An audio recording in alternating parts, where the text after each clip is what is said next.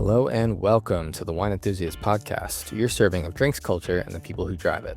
I'm Jake Abrams, assistant editor here at Wine Enthusiast.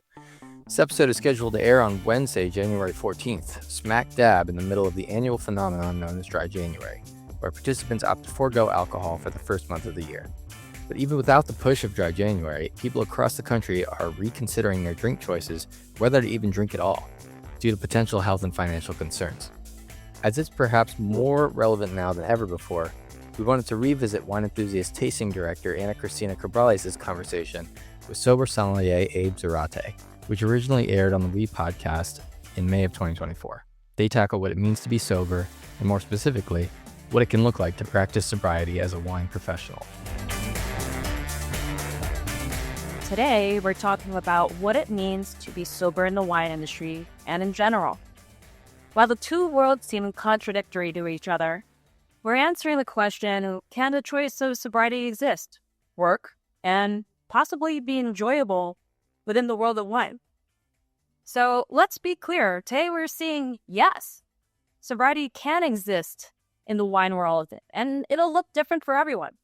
I'm joined by my friend Abe Zarate, aka @sober_som on Instagram. You're going to definitely want to follow him after this podcast because he's just one of the best human beings and so much fun. And he's so positive. He's one of the most positive people I know in wine. Abe, welcome to the podcast. Thank you. Hi. Feeling nervous? Or I'm good. I just have so many thoughts about this that I like to start by saying I'm not trying to tell anyone what to do, but I do get really excited about sharing a very specific experience. And I love your story, and it's totally eye-opening. And I hope this might inspire a number of people who are listening in. But before we get into it, I'd love everyone to get to know who you are and where you currently work. So why don't you share that with everyone? Yep. So I grew up between Guadalajara, Mexico, and Laredo, Texas. Went to school in Boston for music and moved to New York to work in music publishing. Wow. So while I was doing that job to make ends meet, like most grads, I was working at Court Buzz, a wine bar. Love. Only on the weekends. I remember being a little embarrassed once when I was asked a question that I didn't know the answer to. And I was starting to understand what being sommelier meant, what a master sommelier meant as well. I took a wine 101 class and I really fell in love with the idea that 2 ounces of wine could retain qualities of where it came from, where it grew up, how it was raised, and how it could change in the glass as you spend more time with it, just like any other human would be. And right place, right time, the beverage director there at the time took me under his wing, and eventually I decided to commit and transition into wine.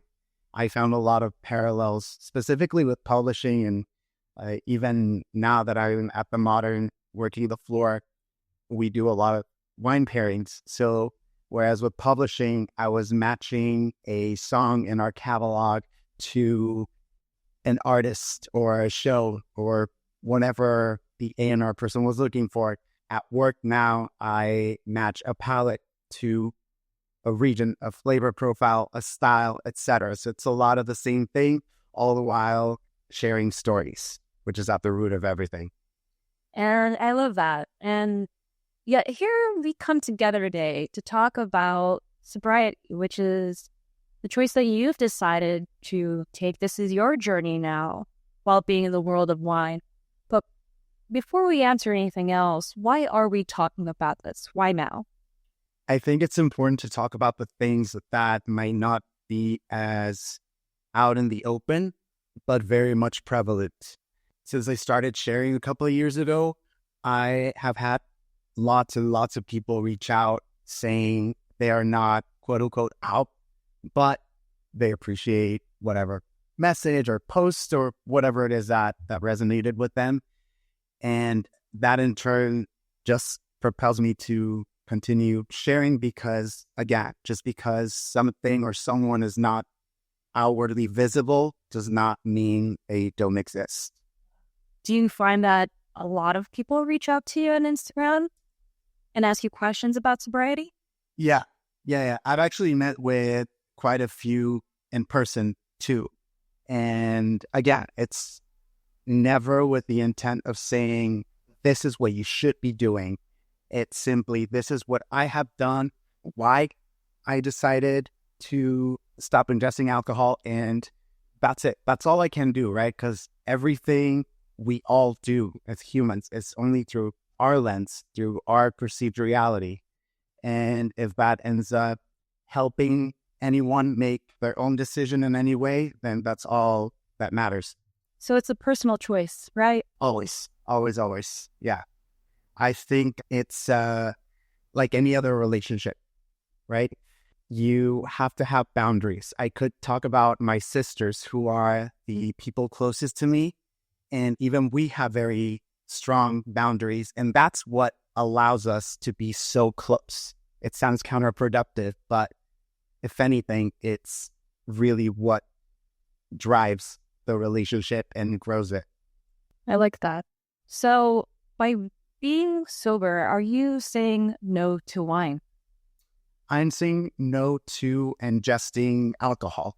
I have continued to say yes to wine because to me, wine is more than just alcohol. It is a celebration of the people, their stories, history, geography, community, experiences. I mean, when I, again, at work, when I sell wine, I don't sell tasting notes or regions necessarily. I paint a mental picture for these people to relate to. I grab onto something that I feel might resonate again, and that's what I lead with. I sell anything from rosé is just summer in a bottle, something as simple as that, to an Alsatian white that we pour, relating it back to a trip I took last year and how it reminded me of Beauty and the Beast in real life. It always gets a reaction, whether it's a giggle, a smile, whatever it is. And then it gets people thinking. It feels more interactive. I think that when wine is approached in a conscious way, it can be the best medium for connection, which is what ultimately we are all looking for, I think. Absolutely. I don't ingest, but I am a very active participant in every environment that wine is present, because it's been with us for thousands of years and it's not going away. So it's finding the way to participate that works for you. Oh, let's make sure it doesn't. Okay. But if I'm hearing you correctly, what you're trying to also say is that perhaps sobriety looks different for people. So why don't we go into perhaps defining sobriety? I'll give you my definition because, again, it's my way of reframing it. And that's, number one, sobriety does not equal abstinence always. Sobriety is more so a state of mind that leads you to a sustainable lifestyle. Mm-hmm. So it's something that is also more prevalent than we think. It's, as I mentioned, people are interacting with not just alcohol, any substance in different ways. And whatever works. The way I see it for myself is as a bit of an allergy. Some people have just a simple gluten intolerance, and some people have celiac disease. It's at different levels, and there is a spectrum. Not everyone is able to interact with something in the same way because they are affected differently. That's all that it is. And I taste wine almost every day, and I embrace that. I'm able to because, again, I see it as all the things that it embodies in the form of a beverage. So, okay. For some people, this may not necessarily make sense because of the word sober, but based on how you defined it, do you taste wine? All the time. The logistics behind it really don't change. If we're thinking about a wine professional that does ingest alcohol, you have a portfolio tasting that you might attend, right? And you have dozens of tables with 5 to 6 wines on each table. And if you're tasting fruit, you have to be spitting. It's the the way it's just done, right? So if I don't... Uber or not. Exactly, yeah. I said everything now, exactly. But you're there for the specific purpose of tasting through to make informed decisions about whether it works for your beverage program, whether it works for the type of guests that you're catering to, etc. And it really doesn't change at all in the way that I interact with it with my peers. If I weren't public about it, no one would really notice. So it sounds like you probably also get a ton of crap for putting wine in your vows, even though you've defined yourself as a sober sommelier. Yeah, exactly. Wow. I sometimes, because I am out, you could say, I will get the comment to the effect of, that's not true sobriety, because everyone has a very specific definition of what that should mean. And again, I already explained what sobriety needs to me. I don't see it as an attack as much as an opportunity to educate people, and just to, more than educate, just expose to other ways of living, other ways of existing in this very specific world. So what's like one of the biggest, if you want to call it, myth about sobriety that you'd like to debunk? Like, what would that be? Well, the service level, though, we're not fun. And they are very fun. It's the fact that you might not... Another thing I've gotten is a regular of mine a couple of years ago said to a coworker that he wasn't sure he trusted my suggestions because I don't drink the wine. Oh, that's wild. And again, I don't take it as an attack because, he probably wasn't sure how I interact with wine on the daily and the fact that I do taste it and all these things. So it just propels me to share how it is possible and how you're able to do whatever works for you. I'm repeating myself, but... No. Myth number 2 is sobriety forever. Sobriety, I personally had a fear of permanence when I decided to quit drinking. So I thought if I ever am in a very special event situation and there's this very special wine, I probably will swallow that sip because, those unicorn wines, that I don't know. Oh, the corner wines. That's right. But now I am just so content with the boundaries that I have with this substance that I don't know. Will I ever drink again? I don't know. That's the answer. So sobriety could be forever. If we go by the definition of it being a just sustainable way of life, then yes, I think that's whatever is the most sustainable to you. Let's talk about your aspirations to become a sober master sommelier through the Court of Master Sommelier Association. Why don't you tell us a little bit about your past and what led you up to your aha moment that led you to making this choice? There was this term being thrown around my way when I was coming up in the industry, which is that of a professional alcoholic, that people seemed to wear, myself included, as almost like a badge of honor.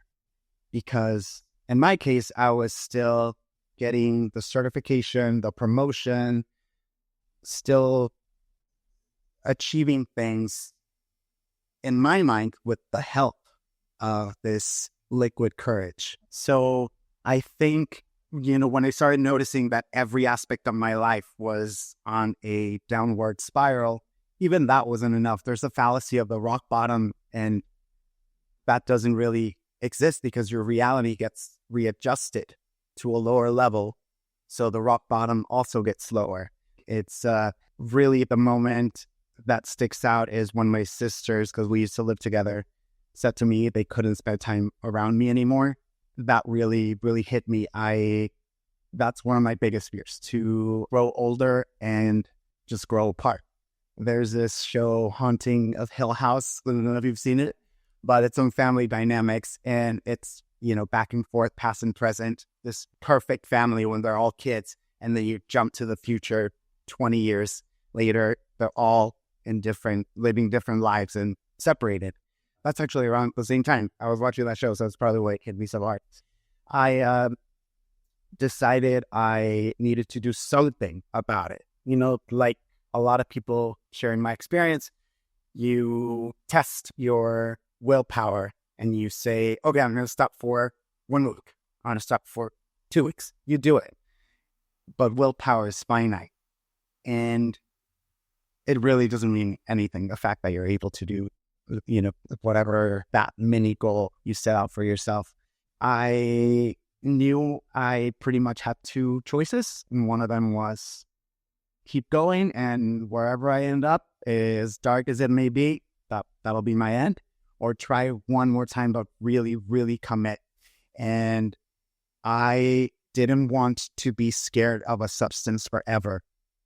I think, and this goes for, again, anything that you might have abused in the past. It can control you as you're abusing it, and it can also control you after if you let it. I talk about myself as an ex-alcoholic. Use the term, I'm alcoholic forever. No, I don't do it anymore. That's it. Done. We move forward.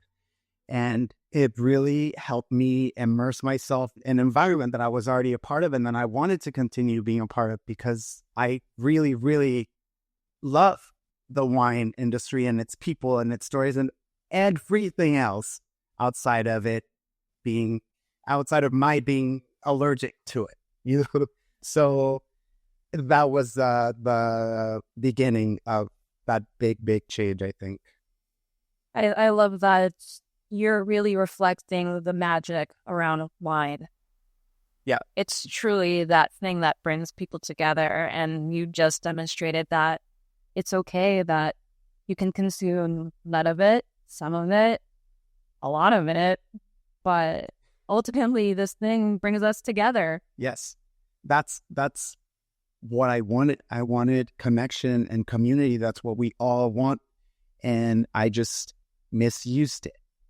As I was transitioning into sobriety at my 100th day, I decided to start an Instagram page, the Sober Someone, as a way to hold myself accountable and out myself with my peers and anyone who might see it, because I wanted to turn it into a sort of superpower.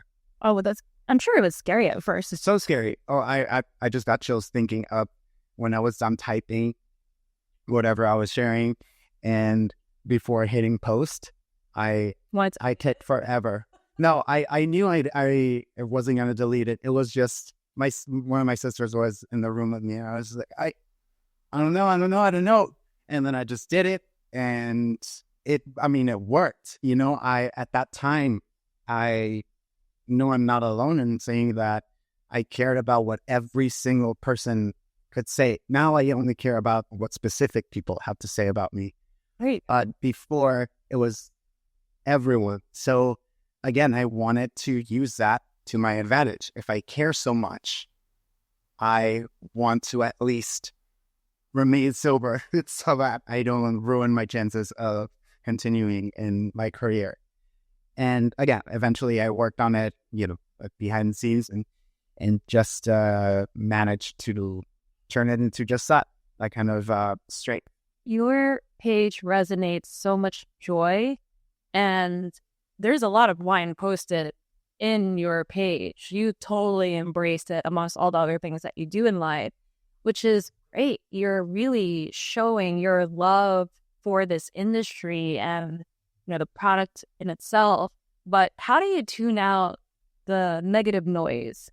I worked a lot on my identity and being radically honest with what I want, who I am. Really, really, it sounds cliche, but really learning to love every part of myself. And I really do. I used to hate my, I little extra cheeks than I had. Now I love them. I like I just go, those are so cute. It's little things like that. And I speak to myself in that way. Maybe it sounds weird or not, but that's what I do. And it's really only that helps me own my narrative, because I know myself, I like myself, I love myself. So it's harder for anyone else to decide who I am or what to say about me. And the more I share, the less people can assume, I guess. Yeah. Yeah. And We do a lot of that on social media. Okay, so in holding yourself accountable on social media and keeping this positive narrative about yourself and building content that inspires other people, has it propelled you to be more active in person in the space of wine, especially in the New York market? yes. So I came up at Court Buzz, as I mentioned, which is a wine bar that was opened with education at the forefront. So it's all about what my focus and intentionality is behind everything. So that's what I love. I love, because educating it's just sharing. Yeah. And it's not that I know more than anyone else about wine or sobriety or whatever the subject might be. It's just I am willing and to share, and I enjoy and learn as you go. So that's the core of it all, really. I like to go back to that first moment where I took that wine 101 class and I fell in love with wine, and try to always lead with that for whatever I do. And so how long has it been now that you've been a sober sommelier? 3 years and 8 months. And how do you feel now? I feel great is a one word, but I feel confident in my own definitions about sobriety and what being a sommelier is even. I'm comfortable in knowing I can sit through any uncomfortable emotion, and I know there's the other side. I'm very proud of myself for proving myself right instead of focusing on proving others wrong. And I am so happy, really, that I found a way to connect deeply with people without abusing anything that was, not the best for me. You're amazing. And I know that for me, as much as I totally respect your choice to be sober, I know that for me personally, it could never work.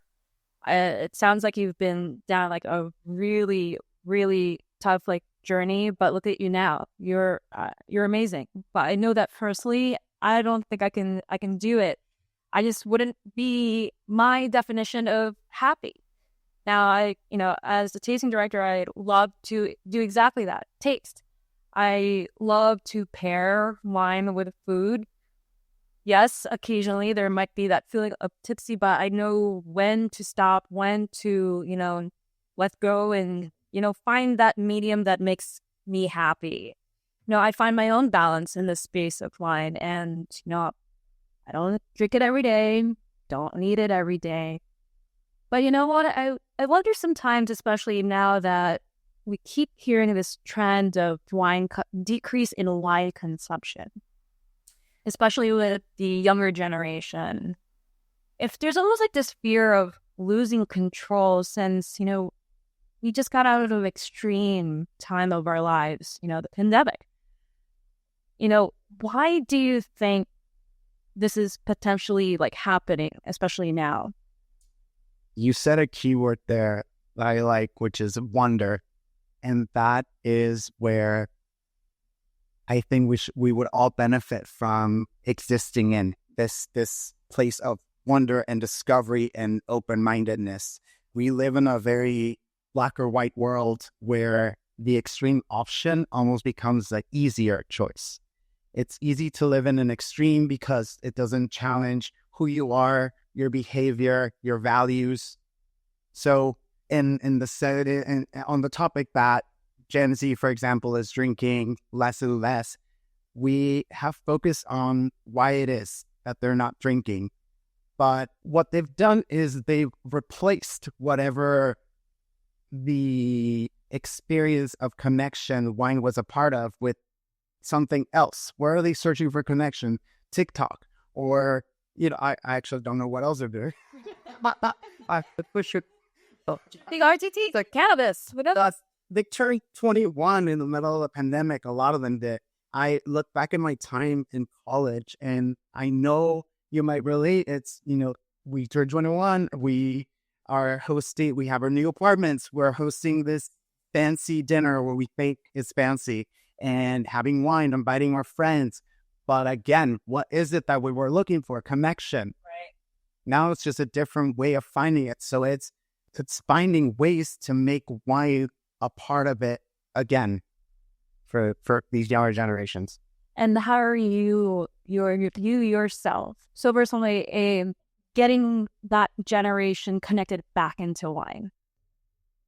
I think it's easy to advance in anything and forget that at one point we didn't know that Sancerre was made with a Sauvignon Blanc grape, right? That's maybe a silly example, but for whatever reason, I'm around people who don't really work with beverage at all. So I'm constantly reminded about it. And if I'm excited, they get excited. We also forget that everyone loves to hear about a passionate person talk about what they love and what just fills them it fulfills them.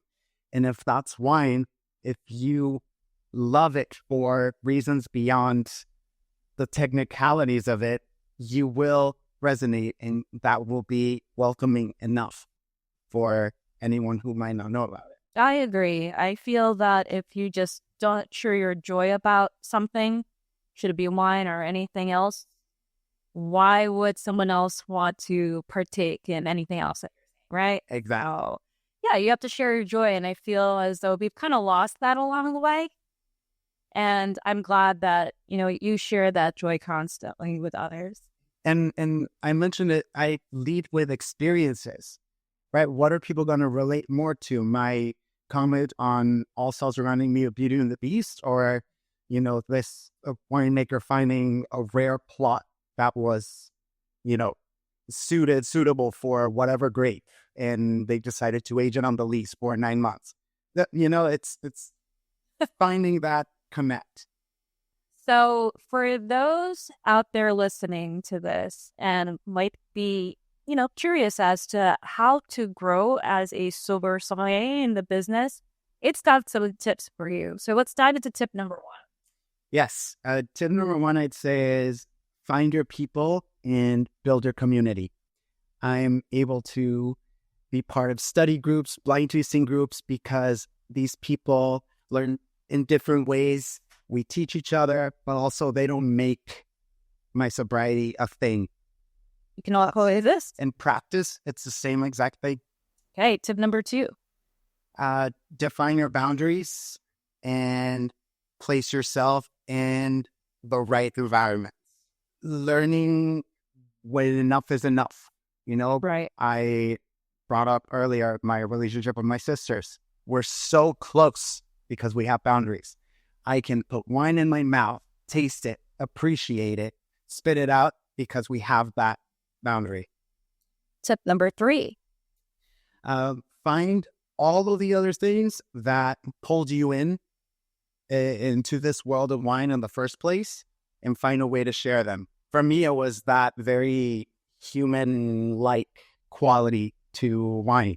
It is raised, it is treated, then it goes out into the world, and it has its own experience once that bottle is open, and just several stories that continue on and on.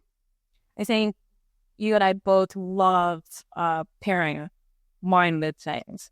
Should it be with food, a moment, music? It's relatable. Yeah, always. And I gave up. That's a good point. I said give up. I quit drinking alcohol. I quit a behavior. I didn't give anything up because I'm still a part of all of these experiences. This is where language is very important. Tip number 4. Normalize symptoms. Period. Agreed. Agreed. Kind of that's it. Yeah, every time I think I have like a portable like spittoon, I'm like, don't use it. Yeah.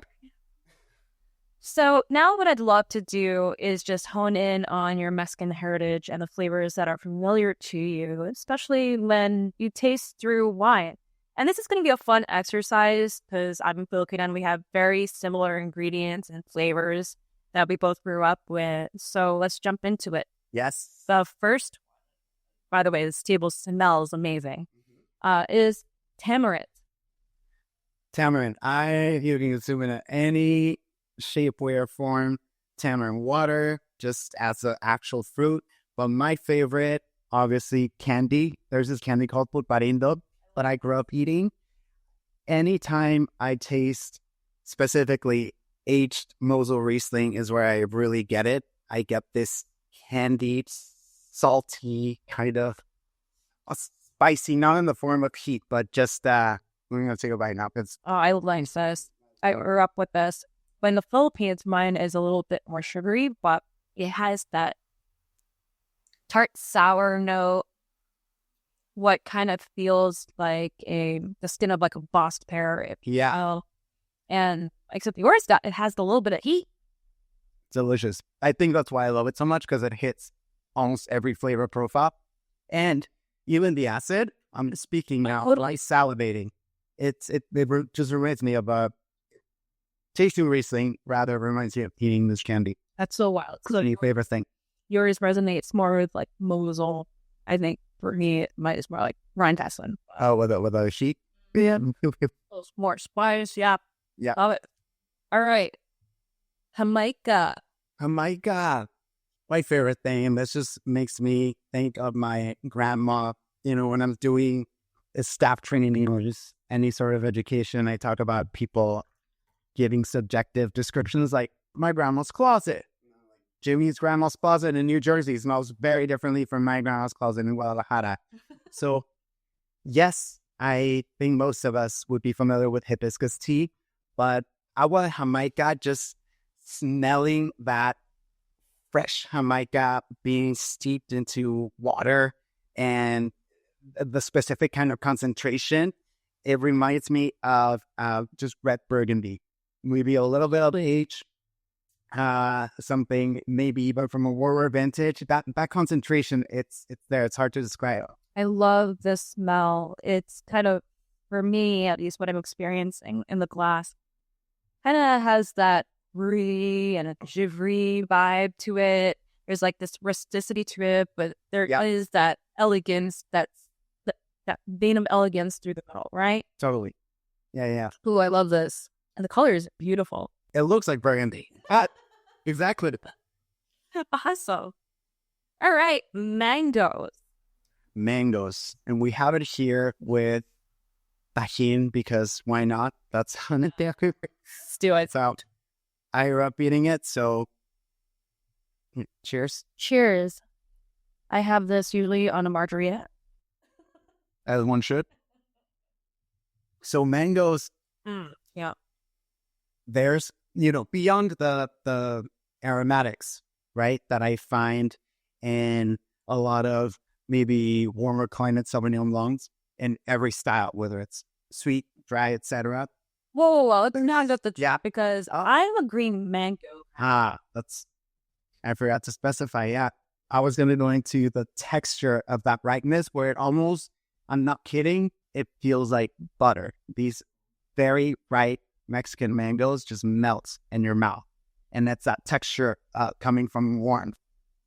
It's funny because in the Philippines, I was just there after not visiting for such a long time. And I almost forgot this flavor of mango that we have where, again, and we don't talk about texture nearly as much, but yeah, it felt like butter and the sweetness. It wasn't this cloying level of sweetness. It just, you knew that there was a lot of sugar in there, right? Yeah. But I think that it was integrated in such a way that you could probably eat another 10 of those. Yeah. And I did love, yes, always. But just like when we talk about quality sweet wines, that backbone of acid and brightness is still there. which I love. For me, it's that green mango flavor. Oh, I love the snap of it. I love this, like this slight rawness to it. You can feel very subtle notes of what feels like a shy Riesling, if you will. Yeah. A shy Sauvignon Blanc. It's got more of that quiet whisper to it. But then if you throw a little bit of shrimp paste on that, which I absolutely sure, yeah, because it's salty, it's funky, it's earthy. It's horrible to look at, but when you taste it, Yes, thanks. it mine Okay, Layla, not defined, no shape, nothing. Just no, it's so odd. And I grew up eating this with like peaches. Oh, not just mangoes. Okay, peach is also more underripe. Ooh, actually, yes. Okay, Yeah, I grew up with the underripe, but I could totally eat ripe. yeah, makes me think of some people use the word crunchy for that kind of snappy acid, and yeah, Totally. It has that. We don't talk nearly as much as about texture, and I'm so glad we're touching on acid as well, salinity. Yeah. texture. I think it's missed a lot of the times, and with Perry's, I try to bring it up a lot at work because again, I don't like leading with aromatics, and it's so subjective that there's no point. But that texture, it's something that people can immediately almost feel. Yeah. I agree with just trying to find things that are relatable. And one of the most like creative descriptions that I heard recently is, especially about tannins, it's like a corduroy texture. Oh, yeah. And feel that you know what that means. Yeah, exactly. I think, because velvety got overused, and I think people stopped using any sort of Smooth texture like that. Yeah, smooth. Yeah, I think that's what happened. should be But like, let's start with corduroy. Yeah. Yeah. agreed. Let's bring it back. Okay, and this one, I am so glad you brought this. This is Paleta de la Rosa. Yes, Paleta de la Rosa. I love it. World out. So this is, I mean, I can only describe it Oh, as chemical red fruited lollipop, but it's so delicious and you can't stop. No. You just keep going. And on one side, it looks like almost like the creamsicle side, I want to say. And then the other side is a combination of that creamsicle, but then it's bright red, lifesaver almost. yeah. Oh my gosh, it is the red lifesaver. Yeah. I'm trying to remember the kind of, yeah. Yeah, just, I don't know. This just feels it's really good. like mine's not the only thing.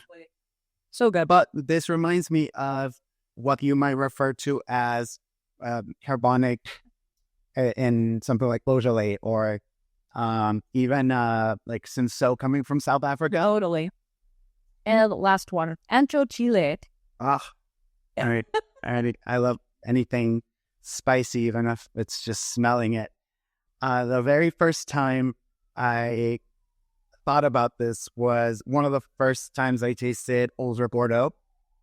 And I had probably about a week, I don't know exactly, but I had just gotten one of those hot chocolates with Ancho Chile from, I lived in Brooklyn, so those fancy coffee shops. And it reminded me of that immediately. And I thought, Ancho Chile. I called it, I've called it ever since then.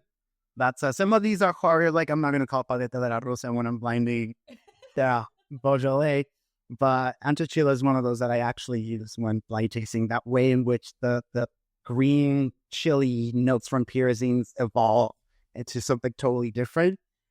Just kind of, it's just spicy in a different way, prickly almost. Totally. And there is something like that smells kind of sweet. Yeah. Maybe concentrated berries from a warm vintage. So I totally get what you're saying. So that mixed with pyrazine tone, totally word out. Yeah. And these are dried too, sun dried. So that the warmth translates. That's what I love. Everything really just translates. Everything shows up. I love how you're able to take every part of who you are and apply it to wine, even in making the decision of being sober. Thank you. And so, Abe, I'm going to wrap this up, but I really loved our chat so much. The fact that we can come together at this table and say, what works for me may not work for you, why and yet be able to share the presence of wine, that's beautiful. That's life. That's the world of wine and why we love it so much. It was so great to talk to you, and thank you so much for sharing your experience with me, with us, and hopefully others are inspired by our conversation and maybe can find out what really works for them. Are you participating in Dry January or rethinking your drinking habits this year? Let us know at podcast@wineenthusiast.com. You can subscribe to this podcast on Apple, Spotify, and anywhere else you listen to your favorite shows. You can also go to wineenthusiast.com/podcast for more episodes and transcripts. I'm Jake Abrams. Thanks for listening.